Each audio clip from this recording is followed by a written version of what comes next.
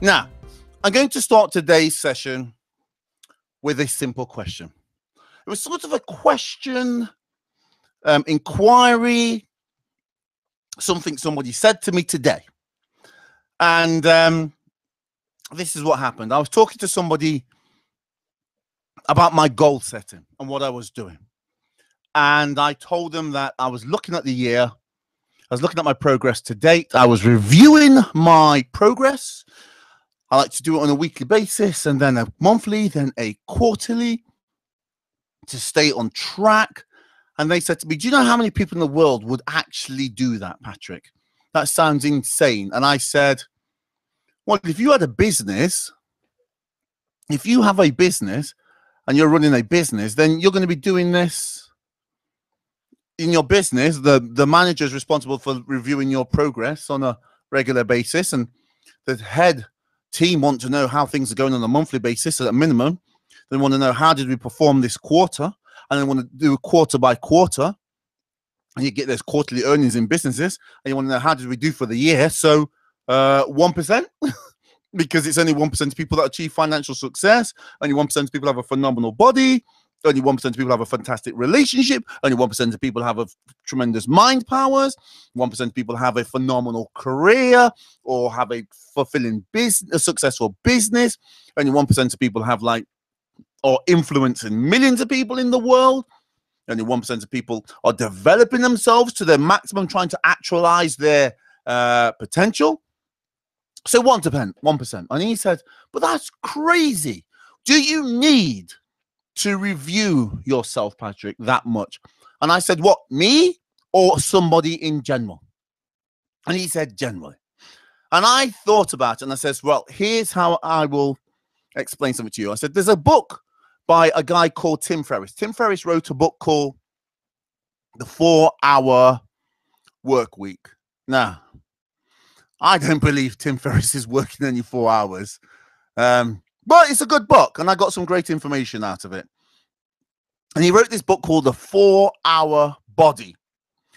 And what was interesting about this book was he said something in it.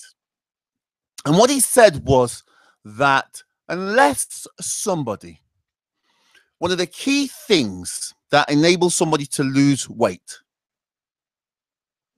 was not the diet, not the exercise, it was recording their progress on a regular basis. And that simple act of recording your progress of what you ate, how much you weigh, what you gained, and where you lost on a week-by-week basis enabled the people to transform their body. Now, I know this for a fact because I go to a bodybuilding type gym. Having done bodybuilding, not to the desire to the extent that some of my friends have and do and are, where they want to compete. I just like the muscle growth component of it. But I have friends who compete. Now, one of these is a good friend of mine. He used to play cricket at an international, used to play for England at the international level. So he's an international sports star, right? So he would be in the 1% of people in performing sports. Now, this is what he looked like. There's me on the right, and there's him on the left. That's us in Ibiza. And that's what he looked like. And he thought he looked good, right? This is an international professional sportsman. Now, here's the deal. He then decides, because one of his highest values is competing in sports. He has to compete in sports. Now, he was doing his gym and workout, but that's all he looked like. Then one day he decides, I'm going to compete. I'm going to compete in bodybuilding competitions because his friend was doing it. And he thought, I'm going to do this. I'm going to do this. I'm going to compete. And one of the things that he did on a regular basis was he knew exactly what he ate, when he ate it. You could ask him, you could look back. He knew exactly what he ate, exactly when to eat, how much cardio, and he would measure it. And you ask him at any point in time how much he weighs. He would know exactly on that day. because he was measuring his progress. And if something didn't work, he would alter something in his diet that week in order to know he was on target for his competition. If he wasn't on target, he knew instantly. He got the feedback that something about my diet this week is taking me off course. He knew instantly whether he was not doing sufficient cardio, whether he was eating too many carbohydrates, whether he was having too much fat, too much protein. Does that make sense? Whether he was doing too much weight training and was building up cortisol in his body and burning muscle and gaining fat as a result. He had instant feedback. If he didn't measure that on a weekly basis, come the 12 weeks, he'd have gone, oh, how come I didn't do it? So he told me about this, so I started doing this with him, but not to the same degree that he did. So I grew and he grew, but he grew into a much bigger person. Now, my arms are massive there, right? But that's him on the right-hand side. Competing. Now he's like number 4 in England at his level of what he does. Transformed himself from that guy there to that dude there. That's a massive transformation because he set a goal that was aligned with his values and he consistently measured his progress every single week. So when somebody asks me, didn't you set a goal at the beginning of the year? Why are you setting them again? I'm not setting goals again. I'm measuring, I'm monitoring, I'm making sure I'm on track. And if you're not setting goals, and in our context, in our community, we are talking about financial goals. Not just trading, financial goals. Because most people don't want to trade. Most people want financial freedom. So you have to know how to set financial goals. Does it mean that you're going to get the goal? Not necessarily. Does it increase the odds of you setting the goal and measuring them? Massively. But understand, the route to achieving those goals is not smooth. It's like this is what most people think it's going to look like. I'm going to start trading, I'm going to invest, and it's going to be a nice smooth line. But it's more like that thing on the right-hand side. Ask Donald Trump. He will testify to you. Everybody knows of Donald Trump's ups and downs. Entrepreneurs have multiple failures on the way to success. I've had millions of those events in my life to get to do what I'm doing today. I'm counting on having loads of those again in the future because that's part of the game. You have to set goals and you have to review your progress. If you're trading, if you're investing, if you're not right, listen, and you're not setting goals, you are messing up. But beyond that, step 7 is the review process to hardwire yourself for financial success.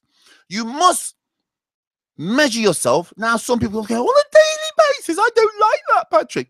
Okay, at a minimum on a monthly basis to know you're on track, and then a quarterly basis, and then at the end of the year. One of the interesting things that I discovered when I launched Millionaire Traders Mindset was I asked people, did you have a good financial year? And 97% of the people said no. And then I asked them, did you set any financial goals in order to know you had a good or bad financial year? And they said no. And then I said, well, did you measure your progress along the way? And 97% of them said no. But yet to them, they had a bad financial year. What were they hoping for? Okay, listen. Financial success, to hardwire yourself for financial success, 13 things. 11 is gold. But understand this, right? It is now October. It is now the last quarter of the year. I saw somebody say this yesterday in the video, and I thought, oh, you know what? You're right. And they pointed something out, and they said, look, do you know what?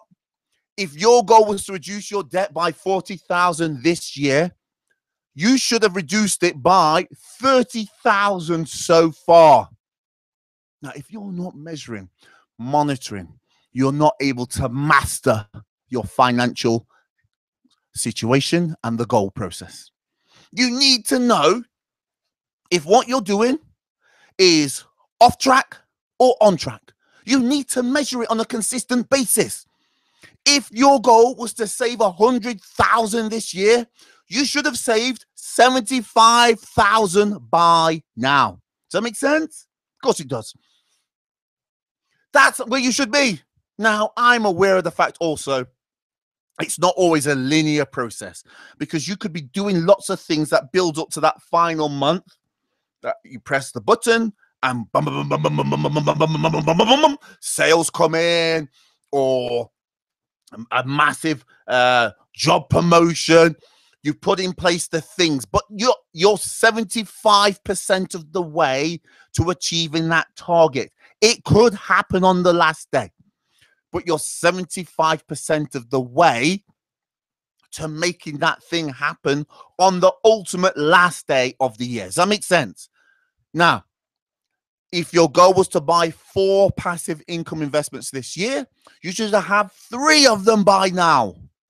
You should have 3 of them by now, if that's what your goal is. So I'm going to say this to you. If you're not writing annual goals and you're not doing the review process daily, monthly, quarterly, and yearly, then you are hoping for financial success. What rhymes with hope? Dope. David Elliott once said that to me. Hope rhymes with dope. So listen, here is the simple solution. Ensure, 1, remember my friend, he was aligned for sports. He was a professional sportsman. He was going to the gym, but it wasn't just sports for him. It was competitive sports. As soon as he entered a competitive sporting environment, it unleashed, it transformed what he did and what he looked like. So he was psychologically aligned. Now I ask him, I say to him, how do you eat like that?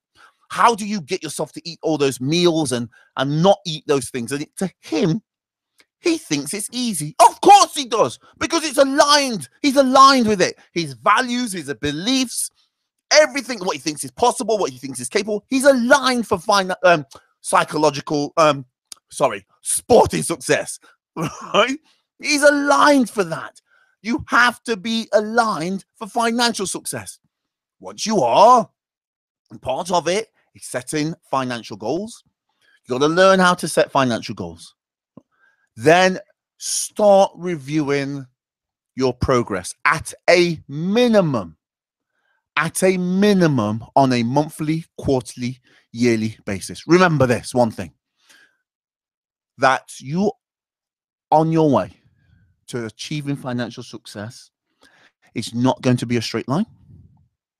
It is going to take you up, down, left, right. You're going to be on track, off track. Just remember this. When the airplane sets off to get to its destination, it is off course 75% of the time. What enables it to get to its destination? It is knowing what the destination is. If you don't have a destination, you're going to take off and go on to achieve financial success. And where are you going to end up? You haven't got a destination in your mind. You need the goals.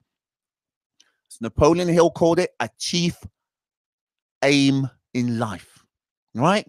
You need a chief aim in life. You need a mission. You need something that you're constantly focused on, so that when you will be off course, I'm telling you right now, you will have some ups and downs. Some crap will happen that will take you off track, but it's all part of the game. If it happens to you, understand this. If it happens and you run off, you were never aligned for it. If it happens and you go, I'm going to master this thing, I'm going to master this financial thing, I'm going to master and win this game, this game's not going to beat me, I'm going to beat the game, then you know you're partially aligned for financial success.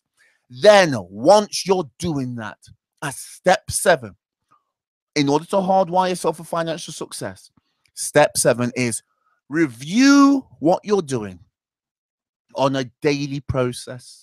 Every night review. You could ask yourself, there's a series of questions that I recommend you ask, but you could come up with your own questions if you so desire. There's a process. Review what happened today. Review what happened at the end of the month. Review what happened on a quarterly basis, and review the year, so that you get better and better and better at achieving financial success. Till the next time, take care.